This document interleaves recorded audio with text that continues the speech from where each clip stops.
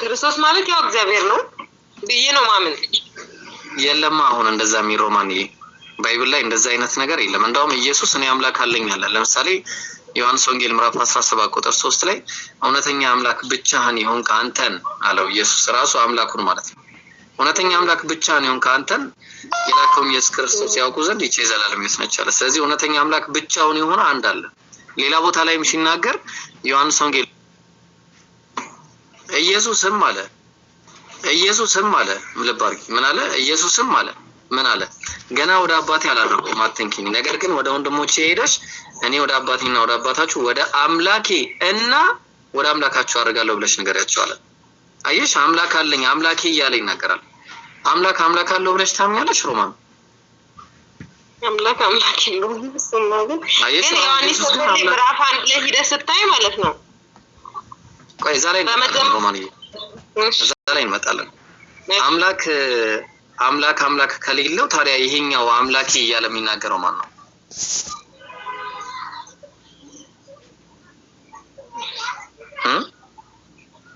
I don't understand. አየሽ ኢየሱስ እኮ ነው የሚናገረው።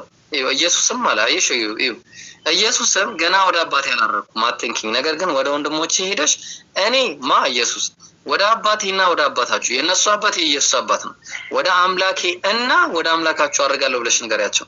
አምላኬ እያለ ይጠራዋል። ይሄ አምላኩ ደግሞ የተባለው ማን እንደሆነ ላሳይሽ። አንደኛ ቆሮንቶስ ምዕራፍ 8 ቁጥር 4 እንጀምርና በደንብ አዳምጪኝ። እንግዲህ ለጣዖት የተሰዋውን ስጋ ስለመብላት ጣዖት ሁሉ በዓለም ከንቱ እንደሆነ ከአንዱም በቀር አለ። ከስንቱ በቀር?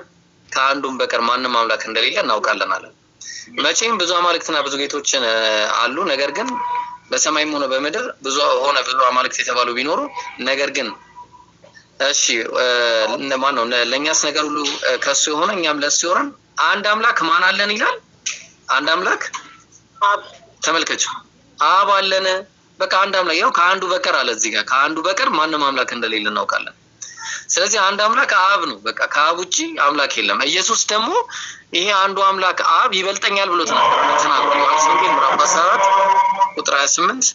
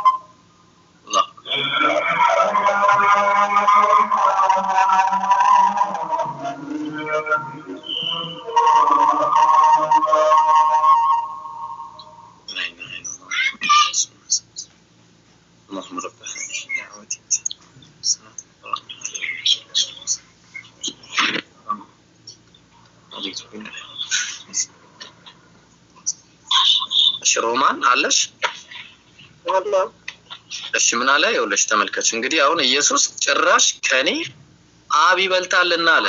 አብ ከኔ አብ ይበልጣልና። ስለዚህ አሁን ኢየሱስ ከኔ አብ ይበልጣልና እያለ ሲናገር ይሄ አንዱ አብ የተባለው አንድ አምላክ ነው።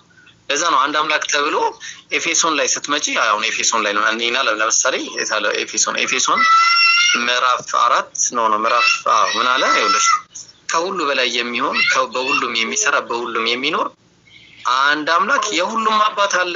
አንድ አምላክ ይሄ የሁሉም አባት የተባለውን ደግሞ ኢየሱስ ሲናገር ማቴዎስ ወንጌል ምዕራፍ 23 ላይ ተመልከች ምን እንደሚል ምዕራፍ 23 ቁጥር 9 ላይ ኢየሱስ ነው የሚናገረው። እሺ አባታችሁ አንዱ እሱ የሰማዩ ነውና በምድር ላይ ማንንም አባት ብላችሁ አትጥሩ አለ። አየሽ ስለዚህ አንድ አባት የተባለው አንድ አምላክ መሆኑን የኤፌሶን ጸሐፊ ደግሞ ቁልጭ አድርጎ ነው ያስቀመጠው። አሁን እዚህ ጋር ቅድም ያየነው ላይ ማለት ነው ምዕራፍ 6 ቁጥር 4 ላይ ምዕራፍ 4 ቁጥር 6 ላይ ይቅርታ ምን አለ ከሁሉ በላይ የሚሆን በሁሉም የሚሰራ በሁሉም የሚኖር አንድ አምላክ የሁሉም አባት አለ።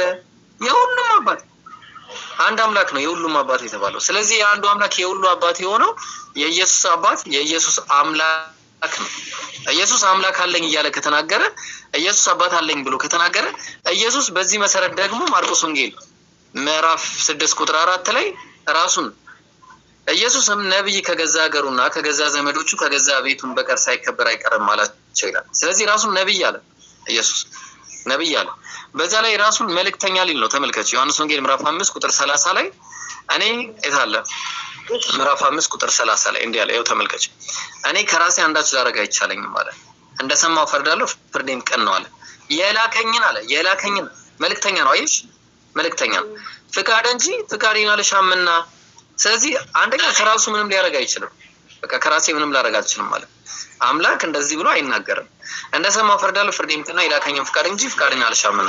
እኔ ስለራሴ በስክር ምስክርነት ይመታ አይደለም ስለኔ የሚመሰክር ሌላ ነው ሌላ አለ።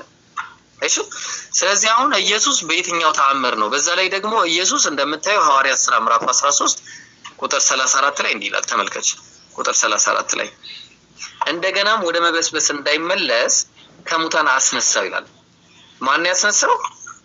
ሮማኒ እግዚአብሔር ኢየሱስን ከሙታን አስነሳው ወደ መበስበስ እንዳይመለስ። አንዱ አምላክ ይሞታል ወይ ሲባል በጭራሽ አይሞትም። አንደኛ ጢሞቴዎስ ምዕራፍ 6 ቁጥር 16 ላይ ምን ይላል? ያውልሽ ተመልከች እሱ ብቻ የማይሞት ነው ማንም ሊቀርበው በማይችል ብርሃን ይኖራል አንድስ እንኳን አላየውም ሊያየውም አይችልም ለሱ ክብርና የዘላለም ኃይል ይሁን አሜን ይላል። አንድ እሱ ብቻ የማይሞት ማለት ለባሪ አምላክ አይሞትም። ታዲያ የሞተው ማን ነው ጥያቄ? የሞተውማ ሰው ነው። እንደ ባይብሉ መሰረት የሞተው ሰው ነው። ስለዚህ የሞተው ሰው ከሆነ አንዱ አምላክ ካልሞተ ኢየሱስ አምላክ አይደለም ባጭሩ። በቃ ሌላ ታሪክ ውስጥ መግባት አያስፈልግም። ስለዚህ አንድ አምላክ ይሄ የተባለው አብ እንጂ ኢየሱስ አንዱ አምላክ እንዳልሆነ ቁልጭ አድርጎ ባይብሉ ያሳያል ነው። ሮማ ምን ትያለሽ? ስለዚህ ወርያ ሰምነሽ ምን ትያለሽ? አስተያየት ግራ የገባሽ ነገር ካለ እኛ አሁን ኢየሱስን አንድ አምላክ ሳይሆን ነብይ ነው ብለን ነው የምናምነው። እኛ አላህ በቁርአን ላይ ሲነግረን ወረሱለን ኢላ በኒ እስራኤል ወደ እስራኤል ልጆችም መልእክተኛ አድርጌ ልኬዋለሁ አለ። ከዛ ብዙ ተአምራቶችንም እንደሰራ እናምናለን። በማን በአላህ ፍቃድ ማለት ከራሱ አንድም ሊያደርግ እንደማይችል ቁርአን ላይም ተናግሯል። እሱ አምላክ ሳይሆን የአምላክ መልእክተኛ ነብይ ነው። እስኪ ጥያቄ ካለች በእስልምና ላይ ጠይቂ። ጥያቄ ያለሽ ሮማ? ካልሆነ ልቀጥልልሽ እንደዚህ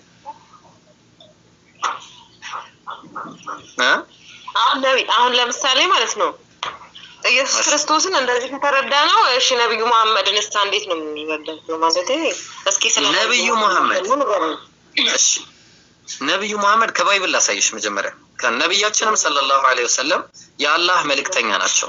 ነብያችን ወኻተመ ነብይን ብሏል። የመጨረሻው የመደምደሚያው ነብይ ናቸው።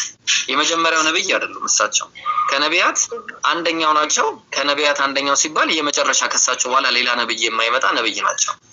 ስለዚህ አላህ ምን አለ በቁርአን ላይ ሲናገር በሱረቱ ነህል ምዕራፍ 16 ቁጥር 36 ላይ ወለቀድ በዐስና ፊ ኩሊ ኡመቲ ረሱላ አን ይዕቡዱላህ ወጅተኒቡ ጣጉት አለ።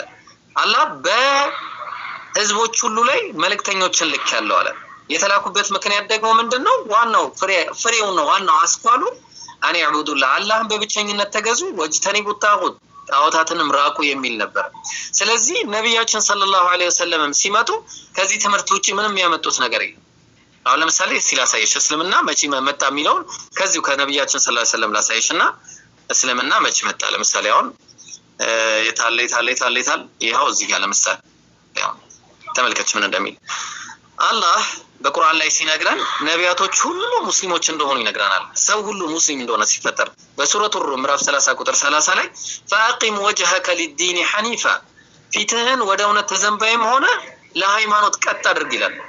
فطرة الله التي فطر الناس عليها ያቺን ሰዎችን በሷ ላይ የፈጠረባትን ሃይማኖት ያዟት لا تبديل لخلق الله አለ የአላህን ፍጥረት መለወጥ የለም አለ ذلك الدين القيم ይሄ እውነተኛውና ቀጥ ያለው ሃይማኖት ነው በማለት አላህ Subhanahu Wa Ta'ala ብዙ ሰዎች ግን ይሄን ነገር እንደማያውቁት ይነግረናል። አላህ ነብያችን ሰለላሁ ዐለይሂ ወሰለም ሲነግራቸው ለነብያችን እንዲህ ብለው ነገሩ በሰሂህ አልቡኻሪ 4775 ላይ ما من مولود الا يولد على الفطره አንድም ሰው የለም ቢከተወለደ በእስልምና ላይ እንጂ ቢወለዳል فابواه ግን እናትና አባቱ ይሁዳኒ አይሁዳዊ ያረጉታል ቀይረው እምነቱ ከእስልምና አው ዩነስራኒ ወይ ደግሞ ክርስቲያን ያረጉታል አው ዩመጂሳኒ ወይ ደግሞ የእሳት አምላክ ያረጉታል አሉ ነብያችን ሰለላሁ ዐለይሂ ወሰለም። ስለዚህ የሰው ልጅ ሁሉ ሲወለድ ሙስሊም ነበር ማለት ነው። በሱረቱል አንቢያ ምዕራፍ 1 ቁጥር 5 ላይ ወማ አርሰልና ሚን ቀብሊከ ሚን ረሱል አላቸው ነብያችን ሰለላሁ ዐለይሂ ወሰለም ካንተ በፊት እኮ አንድንም መልእክተኛ አላኩም ማለት የላኩኝ ከሆነ ግን ስልካቸው ኢላ ኑሂ ኢለይሂ ወደሱ እንዲህ የሚል መልእክትን አወርድለታለሁ አለ። ምንድነው መልእክቱ? أنه لا إله إلا أنا فاعبدني أنا فاعبدون أنه كالله ውጪ በእውነት የሚገዙት አምላክ የለም እኔንም ብቻ ተገዙኝ የሚል በቃ ይሄ ነበር መልእክቱና ትልቁ ዋናው ነገር ማለት ነው። ስለዚህ ነቢያቶች ሁሉ ሙስሊም ነበሩ። ለምሳሌ ተመልከቱ ሱረቱ ኑህን ተመልከቱ። ኑህ በሱረቱ ዩኑስ ኑህ ማለት ነው በሱረቱ ዩኑስ ምዕራፍ 10 ቁጥር 72 ላይ فإن ተወለይቱም እናንተ ህዝቦች ሆይ እኔ የማመጣላችሁ መልእክት ካልተቀበላችሁና እምቢ ካላችሁ فما سألتكم من أجر أنا كنانت منهم ما يتمنى الفلقم إن أجر إلا على الله يعني من ذاك الله وجل لا يدلم بك الله نو من ده يمكفلين عندهم وأمرت أن أكون من المسلمين أنا كمسلم وجندهون هذا الجال مسلم كمسلم وجندهون مالتنا سلزي نوح عليه السلام مسلم نبر مالتنا بسورة يونس ምዕራፍ 10 ቁጥር 84 ላይ ደግሞ ሙሳ እንዲህ ነበር ተመልከቱ وقال ሙሳ ማለ ያ ቀውሚ እናንተ ህዝቦቼ ሆይ ኢን ኩንቱም አመንቱም ቢላህ በአላህ አምናችሁ እንደሆነ فعليه ተወከሉ በሱ ተመኩ ኢን ኩንቱም ሙስሊሚን ሙስሊሞች ሆናችሁ እንደሆነ አላቸው ስለ ህዝቦቹ ሲያወራ። ስለዚህ ሙሴም ህዝቦቹም ሙስሊም እንደነበሩ ያሳያል ማለት ነው። አላህ በሱረቱል በቀራ ምዕራፍ 2 ቁጥር 131 ጀምሮ የኢብራሂም ወይ ደግሞ የአብርሃምን ጉዳይ አስመልክቶ እንዲነግረናል። إذ قال له ربه أسلم ጌታውን ባለው ጊዜ ሰላም ባለው ጊዜ ማለት ነው ብሎም ማለ ኢብራሂም قال أسلمت لرب العالمين እኔ ለዓለማቱ ጌታ ለአላህ ሰላም ያለው አለ። እሺ ለከተለው ይስጥ ነው ማለት እንዴት ነው የምታደርጉ ሌላ ጊዜ እስኪ ያሰገድ ድረስ ለቀጥል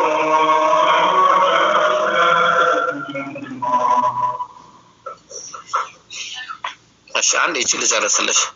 ከዛ በኋላ ኢብራሂምም ምን አለ ለዓለማቱ ጌታ እጅ ሰጣው ሙስሊም ነኝ አለ። ከዛ ወወሳ ቢሃ ኢብራሂምም ልጆቹን በኒሂ ልጆቹንም አደራ አለ። ያዕቆብም እንደዛው ልጆቹን አደራ አለ። ያ በኒሂ እናንተ ልጆቼ ሆይ አለ ኢነላህ አስጠፋኒ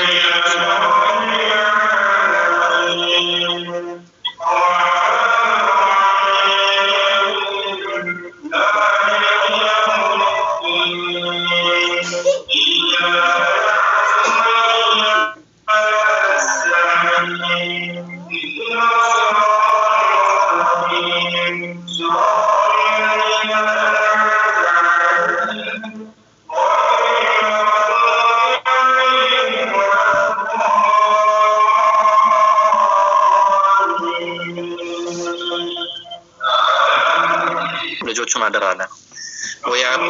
ያዕቆብም እንደዚህ ልጆቹን ያ በኒ እናንተ ልጆቼ ሆይ ኢነላህ አስጠፋለ ቀጥሉ በቃ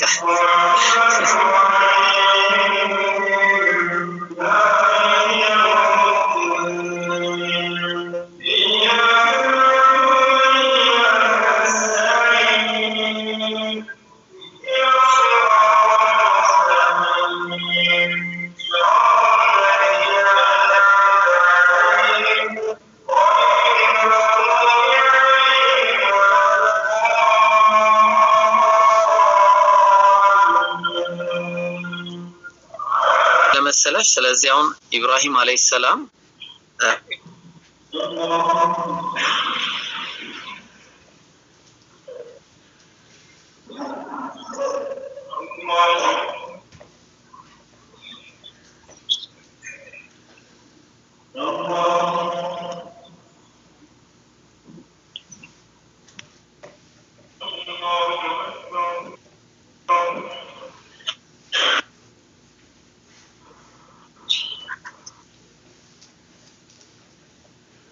በኋላ ምንድነው የምታመልኩት ባላቸው ጊዜ እናንተ ምስክር ነበራችሁን አላቸው። ቃሉ ብለውም አሉ ልጆቹ ነዕቡዱ ኢላሀከ ወኢላሀ አባኢከ ኢብራሂም የአባትህና የአንተን የአባትህ ኢብራሂም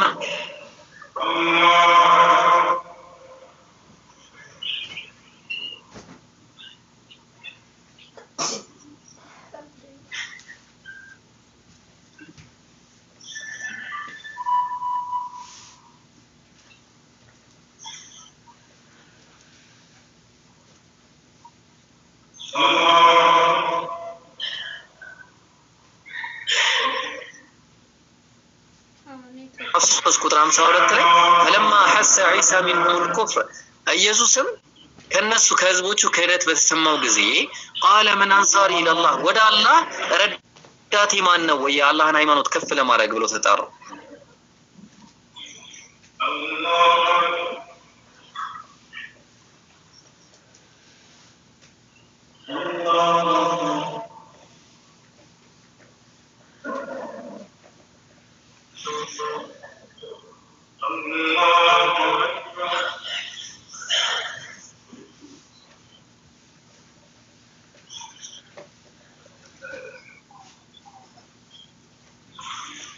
እንዳጠቃላይ ምን ብሎ ተናግሯል መሰለች? ብዙ መረጃዎች አለ። ይሄ እስልምና የሚባለውን ሃይማኖት በሱረቱል ማኢዳ ምዕራፍ 5 ቁጥር 3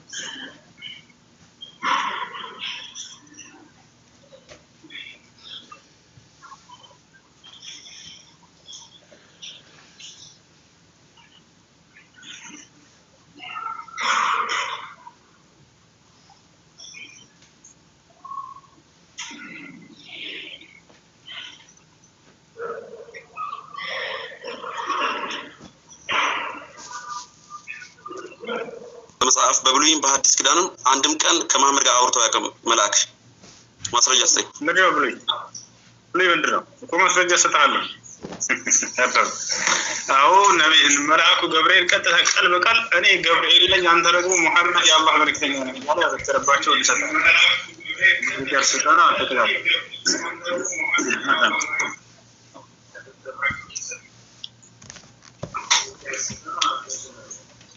نابرم توكل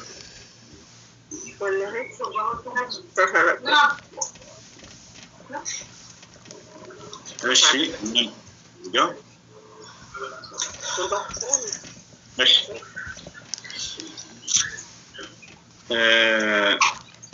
هذا أول سورة نزلت على النبي صلى الله عليه وسلم يهبل صلى الله عليه وسلم لا يجمع يورد القرآن كذا ملاك جبريل بمثال الله شو جزي من الله شو منك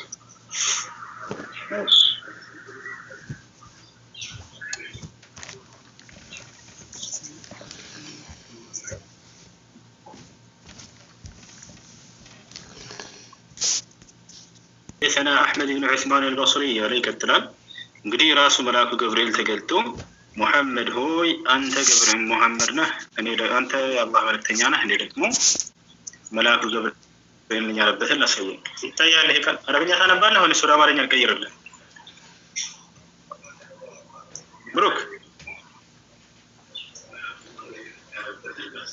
ብሩክ አላነብም ወይ አላነብም እዚሁ እያለሁ ወደ አማርኛ ልቀይርልህ ነው። እሺ ያ እዚሁ እያለሁ ወደ ወይ ሁሴን አላነብም አረብኛ አብሽር በቃ ይኸው ወደ አማርኛ ቀየርኩልህ ችግር የለም። ይታያል አንብበው ምን ይላል?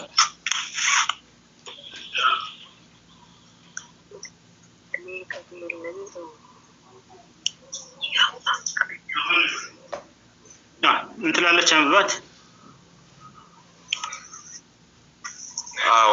እስኪ አይ አረብኛ አላነበብም ሁሴን ወደ አማርኛ ቀይረዋል እሺ እኔ ገብርኤል ነኝ እንደም አላህ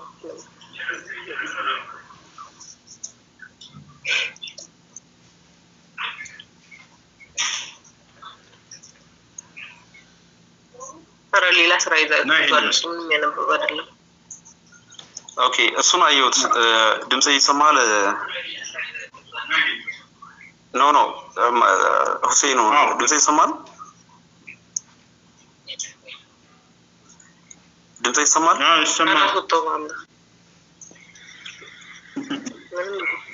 ኔትወርክ በጣም ስለሚያስቸግረኝ ነው በእናትህ ይቅርታ በጣም ያስቸግረኝ ነው ያለ አዎ አንብቤዋለሁ ልክ ነህ ግን እኔ በጣም ብዙ ጊዜ ኮንፊውዝ የሚያደርገኝ አንድ ነገር አለ አውቶማቲካሊ which one is the first የሚለው ጥያቄ ይሆንብኛል ምክንያቱም between the Bible and the Quran which one has been introduced first so this is my question always Hussein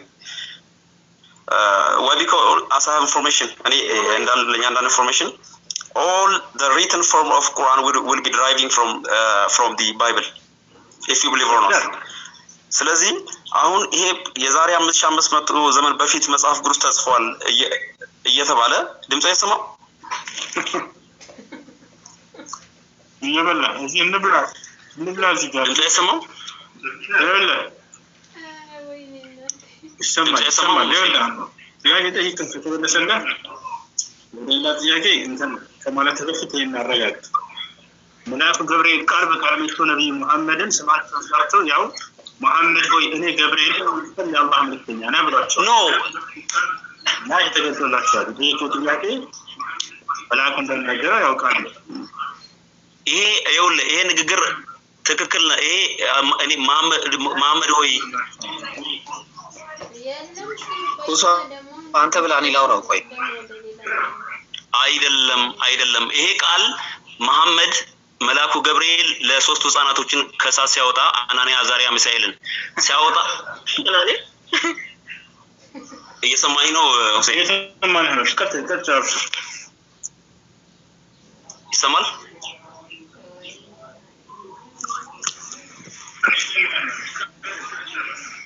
አሁን አንተ ያሳየኝ ቃል በመጽሐፍ ቅዱስ ውስጥ መልአኩ ገብርኤል ሶስቱን ህፃናት ከሳት ሲያወጣ የተጠቀመበትን ቃል ኢሚዲየትሊ መሐመድ ከዛ ወስዶ ነው ቁርአን ላይ የጻፈው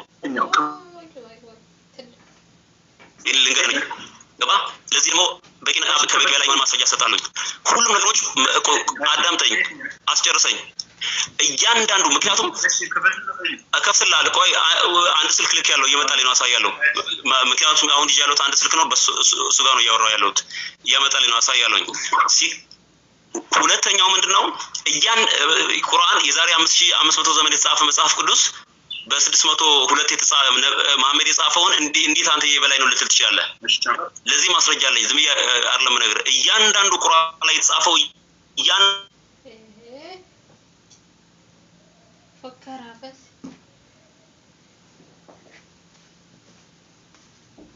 هلا አንዳንዱ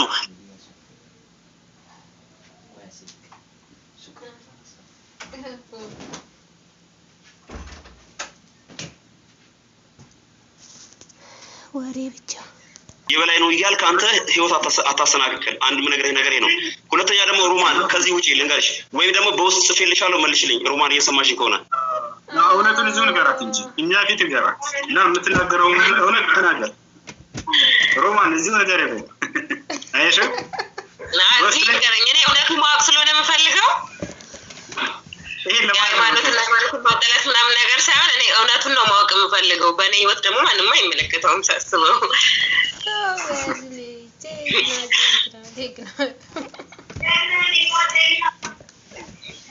ለተሳልም ነው ብሎ ፈራ አሰላሙ አለይኩም ወራህመቱላሂ ወበረካቱሁ እንዴት ናችሁ ወአለይኩም ሰላም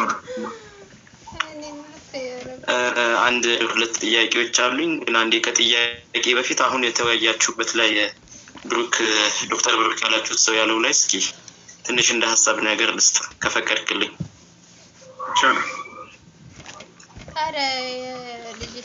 ኦኬ ምንድነው መሰለህ አሁን ብዙ ክርስቲያኖች በዚህ ጉዳይ ላይ ያው መጽሐፍ ቅዱስ ቀርብ መጥቷልና መጽሐፍ ቅዱስ ልክ ነው ቁርአን ደግሞ ከዛ በኋላ ነውና የመጣው ከዛ በኋላ የመጣ ነገርን እንዴት ተቀበላላችሁ ነው እነሱ አጠያየቃቸው ማለት ነው። ብዙ ጊዜ እኔም ባለኝ እውቀት የተወሰነ ውይይት ከነሱ ጋር ለማድረግ ስለምሞክር ይሄን ነገር ያነሳሉና ዋናው ነገር ምንድነው መሰለህ እዚህ ጋር መታየት ያለበት ብዬማም ነው የትኛው ነው እውነታ የሚለው ነው እንጂ የትኛው ቀደመ የትኛው ከኋላ መጣ አይመስለኝም። ይሄን ጥያቄኛ እንደዚህ አድርገን የምናነሳ ከሆነ በእድሜም ይሁን በጊዜ ሁኔታ ማርያም እኮ ከኢየሱስ ትበልጣለች።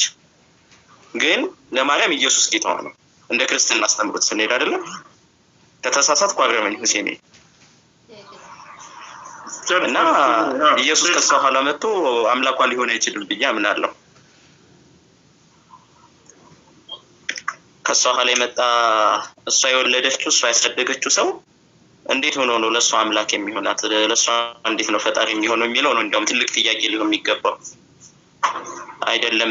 ነብዩ መሐመድ ሰለላሁ ዐለይሂ ወሰለም ከኋላ ስለመጡ ልክ አይደሉም ብለን ከመነሳታችን በፊት ኢየሱስ እሷ ልጅ ሆኖ እንዴት ነው ለሷ አምላክ የሚሆነው የሚለው ለክርስቲያኖች ይህን ጥያቄን አቀርባለሁ። ይሄን እንደ ሐሳብ ያዝልኝና አሁን ደግሞ የራሴን ጥያቄ ደግሞ ልጠይቀህ ይቻላል?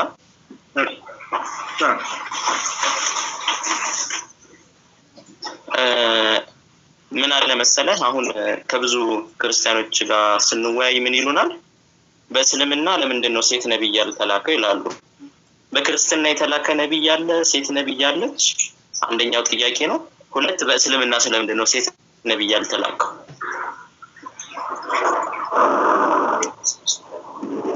አላህ ሱብሓነሁ ወተዓላ والله يصطفي من الملائكة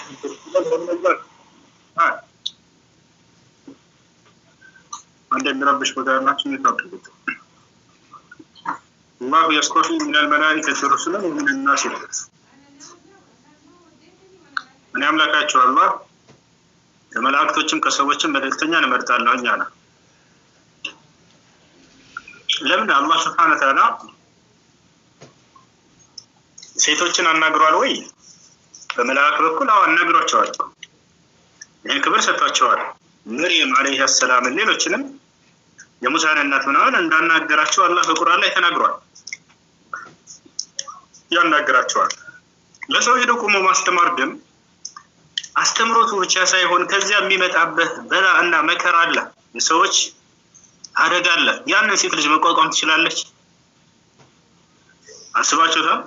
ነብዩ ሰለላሁ ዐለይሂ ወሰለም አድምቷቸዋል፣ ገርፏቸዋል፣ አሳደዋቸዋል፣ መከራ ደርሰው ሴት ልጅ ላይ ያን ሊደርስ አባት አይፈልግም። ወንድ ልጅ ጋር ጉልበት አለው የሚቋቋም ነው። ሴት ልጅ ግን ያ ነገር ተቋቋሚ ብትላት በጣም ከባድ ነው ለእርሷ። ከዚህ አንፃር እንጂ አናግሯት ነው። አምላክ አላህ ሱብሓነሁ ወተዓላ ሴቶችን አናግሯል። መርየም አለይሃ ሰላም በመላእኩ ጅብሪል አለይሂ ሰላም አማካኝነት አናግሯታል። ቃልን ወርዶላታል። ማነው ትእዛዝን ሁሉ ወርዶላታል። ያ መርየም ቁኑቲ ለረቢኪ ወስጁዲ ወርካዒ መዐ ራኪዒን። ይሄ እኮ ከአላህ ዘንድ ለመርየም የመጣ ቃል ነው። አንቺ መርየም ሆይ እነሆ ከዓለማት ሴቶች ንጹህ ተደርገሽ ከአላህ ዘንድ ተመርጠሻል። ኢነላህ አስጠፋኪ ወጠሀረኪ አላህ መርጦሻል፣ አንጽቶሻል። ንጽሕት ነች መርየም፣ ንጹህ ሴት ነች። ማንም ወንድ ጫፏን ሳይነካት በድንግልናዋ የወለደች ንጹህ ሴት ነች። ይሄን አላህ መስክሮላታል።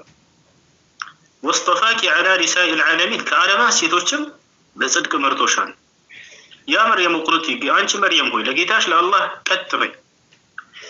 ለረቢኪ ወስጁዲ ለእርሱም ብቻ ስገጂ፣ ወርካዒ መዐ ራኪዒን ከሰጋጆች ጋር ስገጂ ይላል። ይህ ሁሉ ለመርየም አለይሃ ሰላም አላህ ሱብሓነሁ ወተዓላ እንዳናገራት ነው። ወአውሐይና ኢላ ኡሚ ሙሳ ይላል። ወደ ሙሳ እናትም ራእይን አወረድኩኝ ይላል። መልእክትን አላህ ወደ ሙሳ እናት አናግሯታል። أن أرضعيه ልጁን አጥቢው فإذا خفت عليه فألقيه في اليم በልጁም ላይ የምትፈሩ ነገር በሚኖር ጊዜ በምትፈሪ ጊዜ በውሃ ላይ ወይንም በባህሩ ላይ አስቀምጪው አላት። እዚያ በኋላ አላህ Subhanahu Wa Ta'ala ረሱል እንዳናገራት በሱረቱል ቀሶስ መጀመሪያው ገጽ ላይ ገልጾላታል። ሁለተኛው ገጽ እና ያ ነው። እሺ ነገር ግን ይሄን ነገር ቁመው በማስተላለፍ ቀላል አይደለም። ከጠላቶች የሚደርስበት መከራ አለ አይደለ? ያ ነገር ደግሞ በሴቶች ላይ እንዲደርስ አምላክ አላህ አይፈልግም። ሶላተል ጀማዓ ለምንድን ነው በሴቶች ላይ ግዴታ ያልተደረገው? በዚህ መንገድ ብዙ ጥያቄዎች አሉ። ያቺው ሴት ልጅ ሌሊት ሰዓት ተነስተሽ የሌሊት ሶላትን ሱብሂ ሶላትን ወደ በዛ በጨለማ በድቅድቅና ሄደት ትገጅ ብትባል ከባድ ነው ለእርሷ። አይሄድም ይሄ ነገር። ስለዚህ የቤቷ ትስገድ ብሎ አላህ ደነግገላት። ያቺው አይደለ? እሺ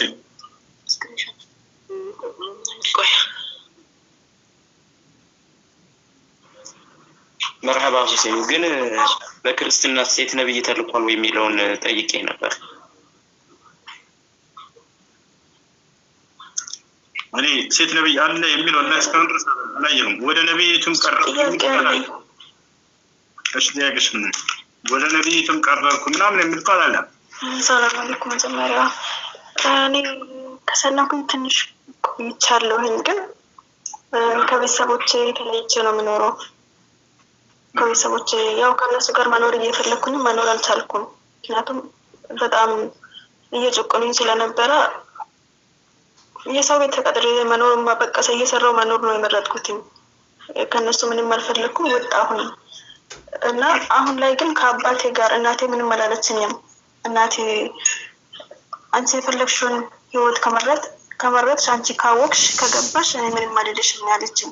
አባቴ ግን ከሱ ጋር ጸብ ላይ ነኝ። እናም በቃ ከልጅነቴ ጀምሮ አባቴን አልወደውም። አባትን መጥላት እንዴት ይታያል? በሃይማኖት ብቻ ሳይሆን በቃ ከአባቴ ጋር በጣም ጸብ ላይ ነው ያለሁት። እንዴት ነው ያንን ማድረግ የምችለው? አባትን መጥላት ተገቢ አይደለም። ሌላ እምነት ተከታይ ቢሆንም ራሱ አላህ ሲናገር ምን አለ? ወሳሂብሁማ ፊ ዱንያ ማዕሩፋ ይላል። ወላጆችህን በምድራዊ ህይወታቸው በጥሩ ሁኔታ ተኖራቸው ይላል። በምድራዊ ህይወታቸው በጥሩ ሁኔታ እንኖራቸዋለን። ያስቀየሙን ነገር ሊኖር ይችላል። አዎ ይኖር ይችላል። ያስቀየሙን ነገር እኛ መርሳት ነው ያለበት። ወላጆች ነው በቃ አታይ ሌላ እምነት ተከታይ ቢሆንም ወላጆቻችሁ አምላካቸውን ካዱ፣ እስላምን ካዱ እስካላሉ ድረስ በምድራዊ ህይወት ቢያዟቸው ታዘዟቸው፣ አትጥሏቸው። በምድራዊ ህይወታችሁ በዛቸው ጊዜ ትባላችሁ እና ስላለፈው ይቅር በይው። በእምነትሽ ላይ መጥቶ ገናዛ የሚያደርግሽ ከሆነ ይዛኔ ነው ይዛኔ አትታዘዥም፣ አትሰሚም። እምነትሽን ቀይር ምናምን